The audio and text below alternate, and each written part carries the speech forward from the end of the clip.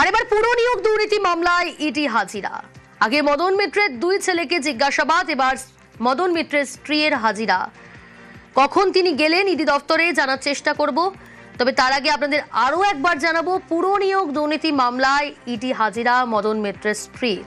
অনুপ রয়েছে আরো বিস্তারিত জানাবে। অনুপ, পৌর নিয়োগ দুর্নীতি মামলা, সেই মামলা ইতিমধ্যে মদন মিত্রের স্ত্রী তাকে তলব করা হয়েছিল। আজকে দেখা গেল ঠিক 11টার পরে তিনি ইডি দপ্তরে এসে পৌঁছলেন, তাকে জিজ্ঞাসাবাদ করা হবে। এরপরে মদন মিত্রের দুই ছেলে, তাদেরকে আগে যখন জিজ্ঞাসাবাদ করা, একদিকে শুভরূপ মিত্র, অন্যদিকে স্বরূপ মিত্র, দুজনকে 9 ঘন্টা করে জিজ্ঞাসাবাদ করা হয়েছিল।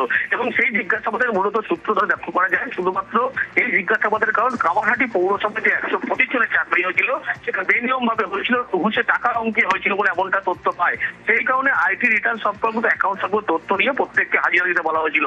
এবং সেই ব্যাংকের তথ্য এবং অ্যাকাউন্ট তথ্য দেখেই কিন্তু আজকে মদন মিত্রের স্ত্রী তাকে জিজ্ঞাসাবাদ করা হবে। তার পরবর্তী ক্ষেত্রে লক্ষ্য করা যাবে এই 3 জনের যে বয়ান ছিল, সেই বয়ান অনুসারে 29 তারিখ মদন মিত্রকে তলব করা হয়েছে। সেই বয়ান ধরেই কিন্তু মদন মিত্রকে জিজ্ঞাসাবাদ করা হবে। তার কারণ বলা হচ্ছে 125 জনের যে বেনিয়ম চাকরি, এই চাকরিতে কিন্তু টাকার অঙ্ক হয়েছিল এবং সেই কারণেই আজ জিজ্ঞাসাবাদ এই বিষয়টার খবর।